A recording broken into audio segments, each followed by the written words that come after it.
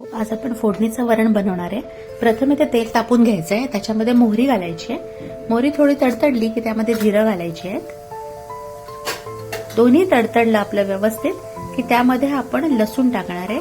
भरपूर असा लसूण घ्यायचा बारीक चिरून आणि तो घालायचा आहे आणि लसूण अगदी खरपूस आपल्याला परतायचा आहे। छान असा ब्राउनिश झाला लसूण तोवर तो परतत राहायचा आपल्याला।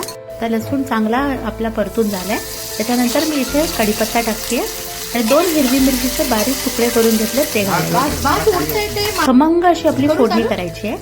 त्यामध्ये आपल्याला बारीक चिरलेला टोमॅटो घ्यायचा आहे।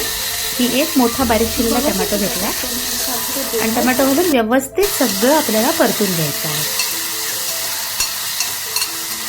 छान असं परतून घ्यायचं आहे। आता या स्टेजला इथे हळद घालायची आहे आणि परत एकदा व्यवस्थित सगळं परतून घ्यायचं आहे। हळद घालून झाली की त्यामध्ये आपल्याला इथे आता वरण घालायचं आहे।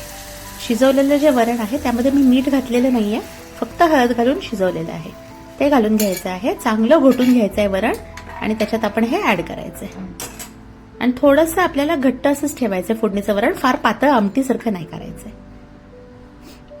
आता मीठ घ्यायचंय चवीनुसार आणि त्याच्यात घालून घ्यायचंय आणि व्यवस्थित एक छान अशी उकळी आणायची फोडणीच्या वरणाला। आपलं फोडणीचं वरण तयार आहे। अशा नवनवीन रेसिपीसाठी माझ्या चॅनलला सबस्क्राईब करा आणि या व्हिडिओला लाईक करा। धन्यवाद।